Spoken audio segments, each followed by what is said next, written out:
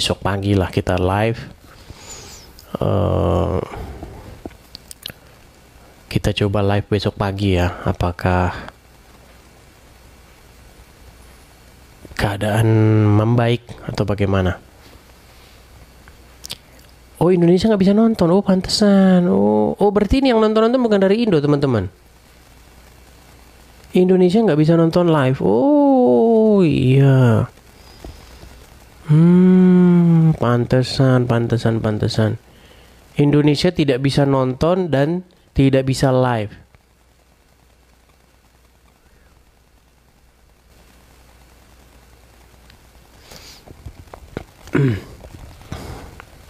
Wah.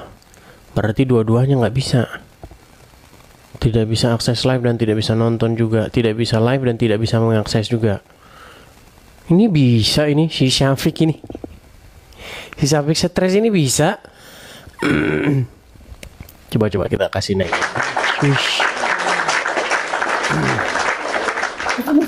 Halo Dwish. Hai. How are you? Baik. Siapa ini? My name is Swiss. I'm from United States. Shalom, saudara-saudara terkasih di dalam Tuhan. Kembali lagi bersama saya di channel kesayangan kita ini, Gereja YouTube. Gimana kabar kalian semuanya? Saya doakan semoga selalu diberikan kesehatan, kemudahan, dan kelimpahan berkat dari Tuhan Yesus Kristus. Amin. United States. Oh, you're from United States. But originally from Indonesia. Which part? New York City. Oh, New York City. Oh, I thought you're from Indonesia. I thought Yes, you I'm stay from in Indonesia. Indonesia. Yeah, I mean you stay in Indonesia, you live in Indonesia. No, I stay in New York City. New York City, okay. TikTok Indonesia cannot live and cannot watching live until September 12th. September 12th. Where did you get information from? From my friend in Indonesia. From your friend in Indonesia, okay. Oke lah, baiklah ya. Kita coba. Indonesia bisa? Bisa, bisa katanya. Ada yang bisa live juga. Mbak. Saya bisa bicara Indonesia. Maaf ya. Saya bisa bicara Indonesia kok. Bisa, ada yang bisa juga mengakses, bisa juga melihat. Udah dicoba pakai VPN tapi mental. Mental.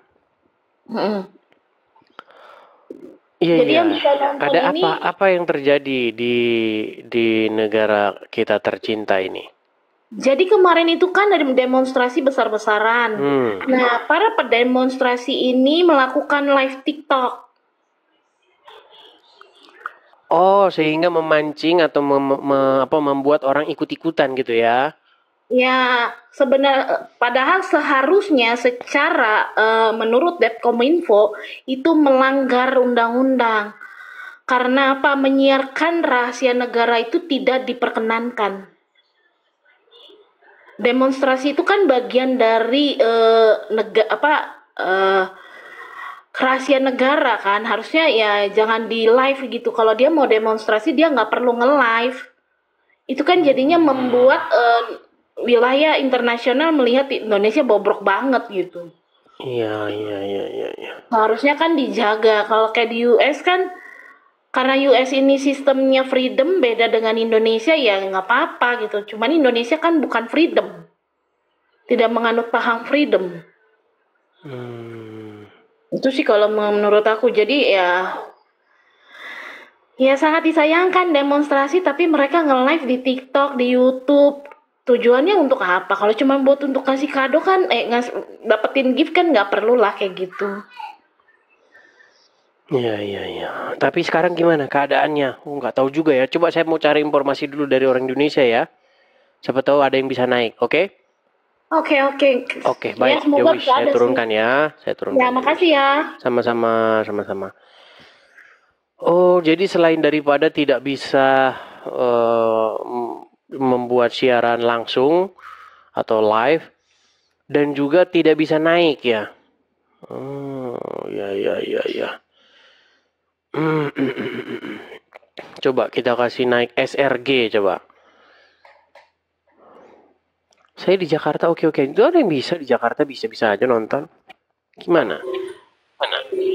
Halo, assalamualaikum. Iya, Muslim bang. Assalamualaikum. Iya, waalaikumsalam. Gimana bang? Oh iya, dari ini bisa. Anda bisa Saya menonton pakai ya? VPN. Tidak pakai Ini VPN? bisa. VPN? Bisa. Bisa nonton Dari mana? tidak pakai Banten. VPN. Masih demo di sana bang? No, enggak pakai VPN, pakai VPN. Oh, pakai VPN. Oke.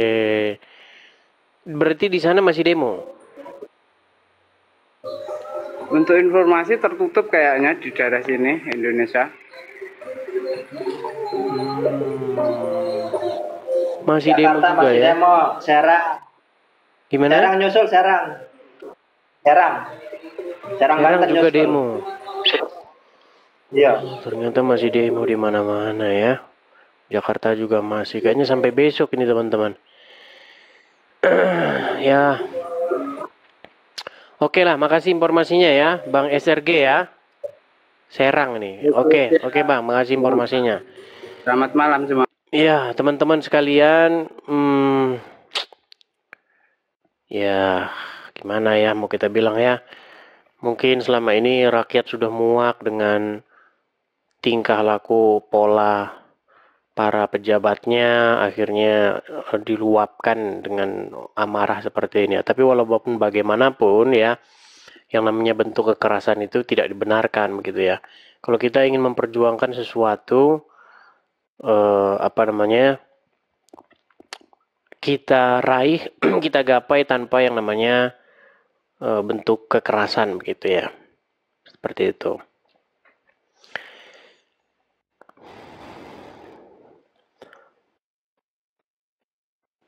Iya, rakyat pada anarkis nih. Masalahnya kadang-kadang kalau lagi demo begini, lagi chaos begini, orang nggak tahu apa-apa itu jadi kena sasaran gitu loh. Ya, maksudnya kalau teman-teman ingin menuntut sesuatu tertentu, jangan nyasar ke yang lain-lain gitu, kasihan gitu. Yang lain-lain itu kan nggak tahu apa-apa gitu. Ada toko-toko yang lagi buka, itu nggak tahu apa-apa, kenapa jadi nyasar-nyasar ke mereka gitu ya. Coba teman-teman melaporkan keadaan di sekitar teman-teman, silakan, boleh teman-teman ya. Shalom, Le. Shalom, Le. Elkan Simamora. Le, dari mana Le ini, Le? Saya tinggal di Bogor. Kebetulan TikTok di Indonesia diblokir, Le. Diblokir sama. Aku bisa pakai TikTok karena pakai kartu Singapura. Oh, berarti orang-orang Indo tidak bisa live dan tidak bisa menonton. Oke, jadi begini. Semua kartu perdana yang ada di Indonesia tidak bisa dipergunakan walaupun dia tinggal di Malaysia. Kalau orang Indonesia kerja di Malaysia, pakai kartu Singapura Malaysia, kami barusan berbicara, sudah bisa. Oh, berarti yang di Indonesia nonton TikTok aja bisa, kalau cuma scroll-scroll aja bisa? Nggak bisa. Dia Sama hanya sekali melihat nggak bisa? saya, enggak.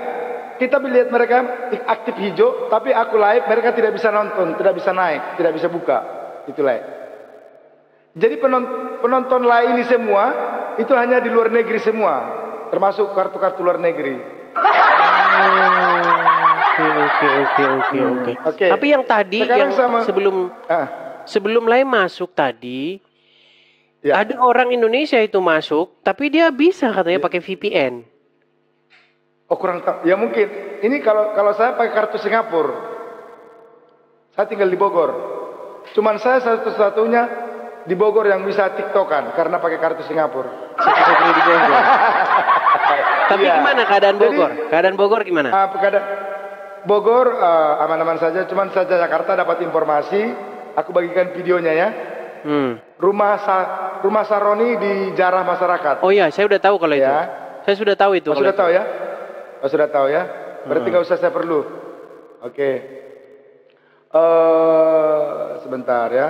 Informasi terbaru saya sampaikan kepada publik malam ini.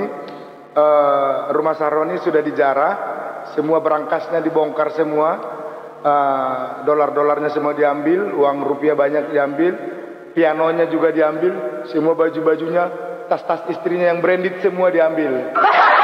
Keren ya Indonesia ya. Iya. Kayaknya rakyat Indonesia nggak mau kalah dengan para pejabat-pejabat yang dalam tanda kutip ya mereka pengen lomba adu kekuatan ya. Istilahnya berawal kenapa rumah Sahroni dijarah? Berawal dia mengatakan siapa yang mengatakan demonstrasi bubar DPR itu orang bodoh, orang bodoh, orang bodoh. Termasuk Lae bilang juga orang bodoh. Gitu. Makanya kan ada saudara kita itu baru apa itu yang dari Denmark. Dia langsung datang tadi pagi, langsung. Dia kan musuh bubuyutan sama Sahroni.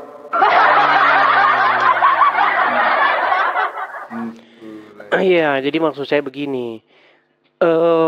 Kita ini kan mengharapkan negara kita ini kan aman, makmur, jaya, ya kan?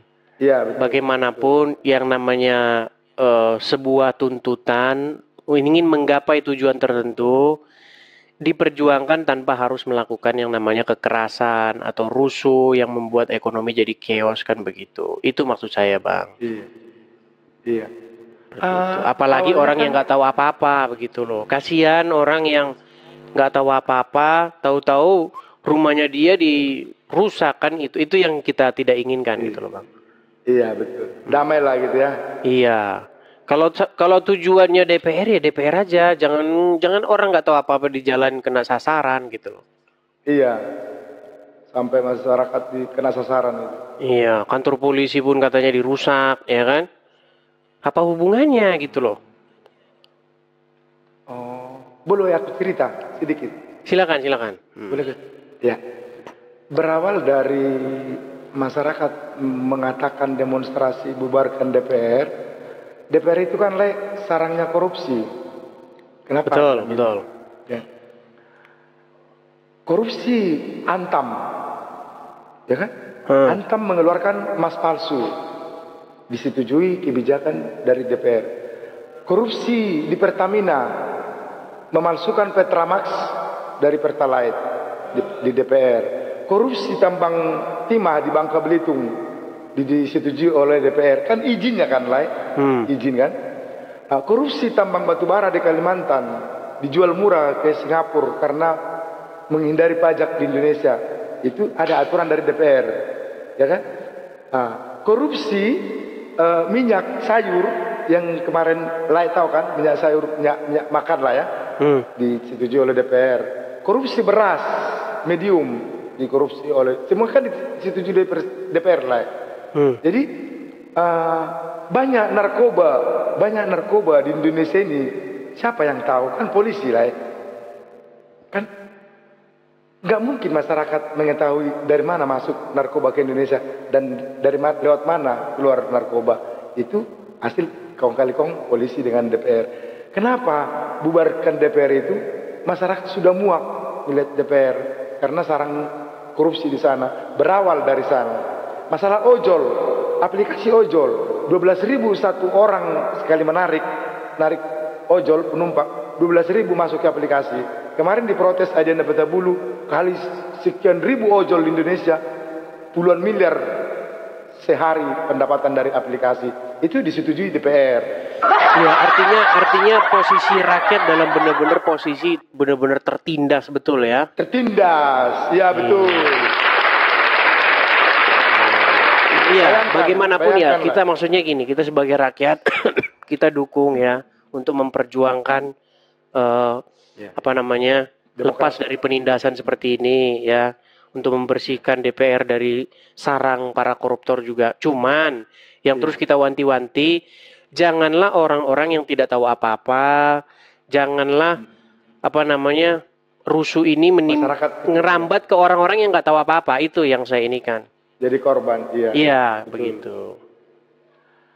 Tujuannya intinya kalau membubarkan DPR kecil kemungkinan tidak bisa. Tapi ada satu lagi harapan lain.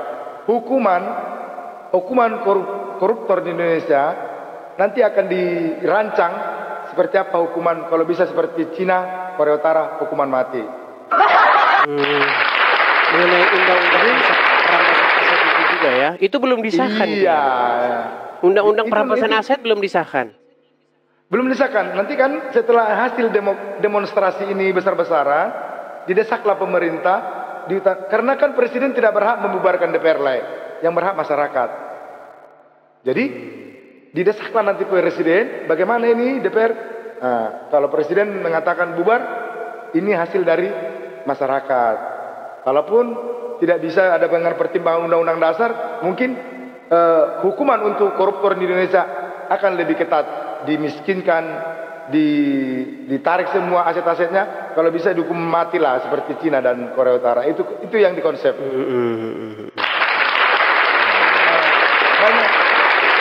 Banyak pengamat politik mengatakan nanti mereka akan dibuat suatu pulau, koruptor dibuat nanti akan satu pulau, mereka diasingkan di sana, terlantarkan, dimiskinkan, bagaimana supaya efek jerak pejabat-pejabat yang belum koruptor takut. Itulah yang kita konsep sekarang. Hukuman koruptor harus ditegaskan, jangan koruptor dipelihara, ya kan? Supaya masyarakat sejahtera lah, gitu. Tapi kondisi Bogor, puji Tuhan aman ya? Aman lah, Bogor, puji Tuhan aman. Jakarta yang rusuh. Kami di Cilengsi lah, Cilengsi. Jakarta rusuh Besar. Kantor apa tuh, Kopassus ya, kantor yang kemarin mobil Brimob ya, kantor Brimob sudah dihancurkan, Jalan Kuitang Senen ya. Terus Transjakarta Sentral Senen sudah dibakar. Nah, ini yang saya maksudkan itu. Yang saya maksudkan itu yang seperti ini. Bagaimana malah fasilitas umum begitu yang dirusak? Ini yang sangat disayangkan begitu. Iya. Itulah mungkin karena emosi masyarakat kan, Le. Awalnya kan Le tahu waktu kenapa marah masyarakat ngelihat DPR itu, habislah sidang paripurna kan. Habis sidang paripurna, Le juga melihat live-nya itu. Semua anggota DPR itu berjoget-joget seolah-olah senang di atas penderitaan rakyat. Mereka berjoget-joget senang karena tunjangan mereka dapat 3 juta per hari. 3 juta per hari. 3 juta per hari. Sebulan jadi, itu 90 juta tunjangan. Ya. Kali 570 orang anggota DPR RI. Di setiap provinsi rata-rata 500 kan? 500 orang DPRD satu. Jadinya rakyat sudah muak lah ya dengan kelakuan anggota DPR ya. Iya. Waktu mereka berjoget di gedung DPR RI itu lah ya, si Gibran kan lihat ekspresi Gibran kan marah, geram. Masa orang ini berjoget-joget di atas penderitaan rakyat? Yang tahu saya ngelihat rakyat menderita semua. Dia kan keliling. Nah, dari ekspresi Gibran itu masyarakat bisa mengartikan lah itu. Marahlah. Ya kita tunggulah ya keadaannya, semoga cepat membaik ya. Berdoalah cepat selesai semua, ada jawaban dari pemerintah. Masalah koruptor lah yang paling utama. Coba bayangkan. Tapi saya dengar beritanya besok TNI dan Polri akan mengambil tindakan tegas nih. Apa enggak semakin rusuh nanti nih kalau semakin keras mereka? Kalau menurut saya TNI bersama rakyat. Jadi TNI tugas itu kan kalau Polri sudah tidak mampu lagi menangani demonstrasi, kan udah langsung ada undang-undangnya di darurat. Bukan, maksudnya kalau misalnya nanti keluar nanti peluru tajam, kayaknya kalau ada yang jatuh korban lagi nanti makin parah apa makin bubar ini pendemo ini? Ya kita berharap berdoa lah biar aman aja. Ada jawab itu yang diharapkan masyarakat, ada jawaban dari pemerintah RI 1 aja. Bagaimana? Pemerintah bagaimana jawab? Ya. Ya semoga membaik lah ya. Soalnya ini dampaknya ini Kalau di luar udah Indonesia dicap sebagai negara ya 11-12 sama negaranya kadrun lah. Jadi ya udah nggak jelas lagi. Maksudnya supaya Indonesia ini segera membaik begitu loh ya. Bisnis jalan normal kembali, orang bisa berjualan lagi begitu. Ya. Terus itu para demonstran itu random saja ya, para pendemo itu. Orang-orang asal ikut-ikut saja gitu ya. Karena tadi udah dilihat ekspresi anggota DPR itu lah, awalnya di situ marah mereka. Masyarakat itu marah, susah makan, kenapa mereka bersenang-senang dapat tunjangan 3 juta per hari. Itu doang. Iya. Sedangkan DPR itu kan udah tercap lah sarangnya korupsi. Gaji mereka cuma 100 juta lah, taruhlah 100 juta gaji. Tapi pendapatan mereka lah miliaran per bulan. Coba. Miliaran dari mana itu? Yang tadi saya bilang tadi lah. Oh iya, mereka main kong kali kong ya. Iya. Bayangin lah. Lah kan tahu masalah beras medium 370 triliun dikorupsiin, dirugikan negara. Berapa triliun mereka kong kali kongnya? Belum lagi Pertamina itu. Benar. Jadi memang kalau memang ya, jadi kepada teman-teman yang demo ya, sekali lagi teman-teman, kalau memang goalnya atau tujuannya adalah membubarkan DPR, fokuslah kepada tujuan itu. Jangan kalau ada aktor-aktor atau kalau ada oknum-oknum yang menyimpang ke kanan atau ke kiri, ngerusak toko di jalan, itu teman-teman harus diamankan itu orang-orang yang seperti itu.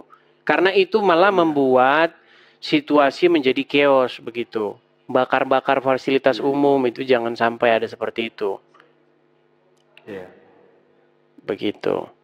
Kalau tujuannya DPR ya ke DPR gitu. Tuntutannya seperti itu supaya DPR berubah lah gitu. Kalau tidak bisa dibubarkan setidak-tidaknya harus berubah begitu. Iyalah. Ya. Semua fasilitas sudah banyak yang rusak lah. Iya, saya lihat video-videonya itu. Serem-serem video-videonya. Iya. Seram kan? Tapi lain belum pernah ke Jakarta ini, ngelihat situasi di Jakarta. Tadi saya ke Jakarta, tadi saya ke Pasar Baru, tapi aku busway itu tidak dipergunakan. Jadi saya naik LRT dari Cibubur. Oh iya, berarti nggak ngelihat itu ya, nggak ngelihat orang-orang. Transportasi hari ini tadi LRT, MRT, KRL saja lah. Busway semua di stop. Tadi yang dibakar apa tadi? Dibakar ya rumahnya si itu anggota dewan itu yang menghina itu, dijarah. Kantor DPRD Makassar udah habis dibakar. DPRD Makassar dibakar ya? Habis dibakar. Kantor Polda mana itu daerah Jawa sana. Iya. Saya dengar Polres Jakarta Timur juga habis dibakar. Iya habis dibakar. Ya tadi malam Polda Jawa Timur. Polres Jawa Timur daerah Jatinegara sana. Udah dibakar. Iya, jadi merembet kemana-mana ya. Kasihan yang nggak tahu apa-apa. Kasihan juga polisi yang baik-baik yang nggak ngerti apa-apa. Mobilnya dibakar, motornya dirusak. Nah inilah teman-teman ya. Para pendemo-pendemo ya. Kalau fokusnya ke DPR ya ke DPR. Jangan kemana-mana ini. Aduh teman-teman ya. Ini ada dapat informasi lah di TikTok, di internet. Rumah-rumah yang berjoget itu yang disorot kamera itu mau disatronin lagi. Kan rumah anggota dewan tadi yang dari Nasdem. Rumah Eko, Uya Kuya, rumahnya anaknya si Megawati itu siapa namanya? Puan Marani. Iya, Puan Marani. Rencana masa mau menjarah rumahnya semua yang joget-joget itu. Dapat informasi dari mana? Di media sosial. Kan ada media sosial. Jadi media TV lah tidak boleh meliput demonstrasi. Oh iya. Berarti mereka nontonnya dari media sosial. Lewat media sosial punya rakyat ini ya. Iya. Tadi tadi pidato Puan Maharani saya putar ya, biar mereka masyarakat sekarang dapat media dari sosial katanya, bukan dari TV. Iya, biar aku. Dia tadi si Megawati mengatakan ini pidato dia. Dia sudah mengakuin pidato Megawati. Mereka dapat informasi demonstrasi dari media sosial karena TV semua di close, tidak boleh. Iya, TV nggak bisa ya, karena TV kan di bawah kungkungan pemerintah ya. Iya. Iya. Ini Polda Metro Jaya.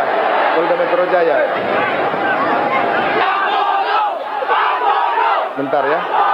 Iya. Polda Metro Jaya.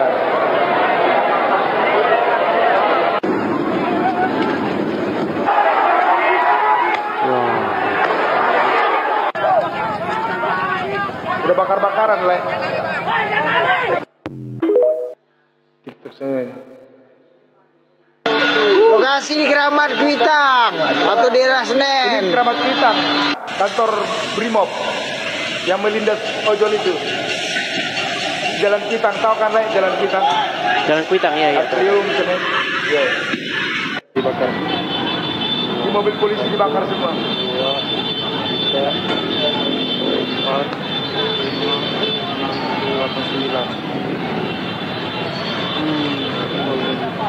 pribadi semua.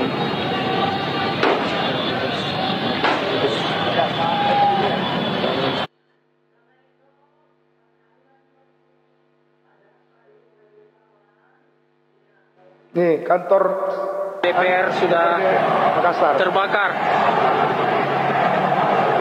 Ya Tuhan. Itu DPR di Makassar ya. Ya, Korban jiwa juga ada berarti ya? pastilah, cuman belum terpublikasikan. Ya, saya dengar ada 3 korban jiwa di Makassar.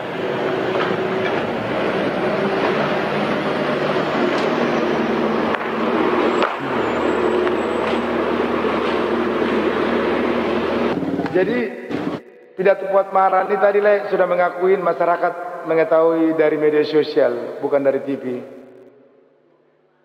Itulah canggihnya media sosial sekarang. Ya, media sosial kan sudah di tangan rakyat gitu. Iya, jadi masyarakat udah nggak mau nonton TV lagi. Betul. Iya, teman-teman juga belum pada tahu ya, karena kan baru-baru saja ini ya, baru malam ini ya, TikTok akses live TikTok Ya. ditangguhkan ya. Iya, baru Iya, malam. mungkin besok mereka akan cari daya upaya supaya bisa akses live lagi nih Iya, lewat VPN ya. iya. Buat buku papa, lu jangan coba-coba. Ini beredar nih ya video Gibran. Bentar Berarti ya. video-video yang rusuh itu juga pada di take down sama TikTok ya? Take down sama TikTok. TikTok semua. Semua digedarkan. Ini ke TikTok masyarakat Indonesia itu ini yang megang siapa sih? kurang tahu saya. Regulasinya gimana dia? Dia sendiri-sendiri ya setiap negara ya? Ya, setiap negara, hak setiap negara. Berarti pemerintah juga lah, Kominfo juga kan? Tak juga Kominfo. Iya. Ini rumah si Saroni. Mobil Saroni itu udah rusak tuh, yang mewah.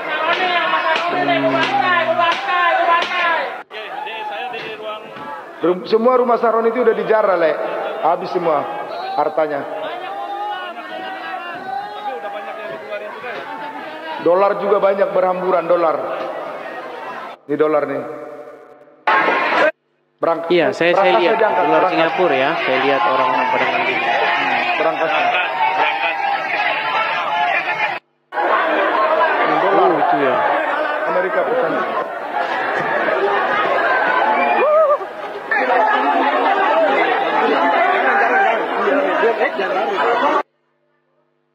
Tuh, seram lah.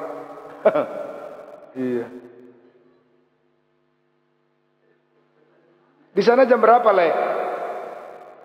Di sana sudah jam berapa? Iya, di sini Jam 10 pagi. 10 pagi Sabtu ya? Sabtu ya? Iya. Di sini jam 12 malam lewat 15. Iya, 10.14 ya. Ya, gitulah ya. Semoga keadaan segera membaik lah ya. Supaya kita bisa seperti sedia kala, orang juga bisa berjualan, ya jual beli seperti biasa. Tapi ini kah jam malam kah di Bogor aman? Aman. Aman ya. Aman. Oke lah. Oke lah, terima kasih informasinya, Elkan Simamora. Oke lah. Oke, terima kasih ya. Ya, itulah teman-teman ya. Sekali lagi teman-teman, saya menghimbau kepada para pendemo ya, untuk kalau berdemo itu tujuannya apa, ketujuan itulah, jangan merembet ke yang lain-lain. Jangan merusak fasilitas umum, jangan merusak hal-hal yang gak ada hubungannya dengan tujuan kalian. Kasihan, apalagi dengan orang-orang yang jualan di pinggir jalan ya. Ada tokonya, ada rukonya. Mereka tidak tahu apa-apa, mereka mencari uang sama seperti kita. Ya, tolong teman-teman ya kesadarannya supaya jangan merembet ke mereka-mereka seperti itu. Kita berharap teman-teman ya, mudah-mudahan negara kita segera aman terkendali. Saya beberapa hari ini tidak live karena saya menahan diri teman-teman. Karena banyak yang inbox saya, Bang, untuk sementara ini jangan live dulu karena keadaan Indonesia lagi chaos. Makanya saya tidak live teman-teman. Saya tetap menjaga supaya, saya memperjuangkan supaya negara kita itu aman, makmur, dan sentosa. Seperti itu teman-teman. Ya, semoga teman-teman kita mendapat pelajaran lah dari sini ya, terutama kepada anggota-anggota DPR ya, karena DPR ini sebuah badan yang dicap penuh dengan korupsi begitu. Waktu itu kan pernah dikeluarkan survei atas lembaga-lembaga negara yang paling korup gitu. Salah satunya adalah DPR, itu masuk ke dalam salah satu lembaga negara yang juga paling korup. Begitu ya, ini supaya menjadi perbaikan bagi kita bersama teman-teman. Makanya yang menjadi Rob, yang menjadi Tuhan itu jangan setan. Akhirnya kayak begitu kan. Ya, begitulah teman-teman ya. Kita berharap ya teman-teman ya. Mungkin apa ada mau yang disampaikan juga nih dengan orang-orang. Coba kita kasih naik, ada MR si jabat. Coba. Oh, salah. Ternyata ini bukan yang mau naik. Bahkan yang mengajukan permintaan naik ini tidak bisa ini teman-teman. Coba teman-teman type di bawah teman-teman. Teman-teman menonton dari mana ini? Adakah teman-teman yang nonton dari Jakarta?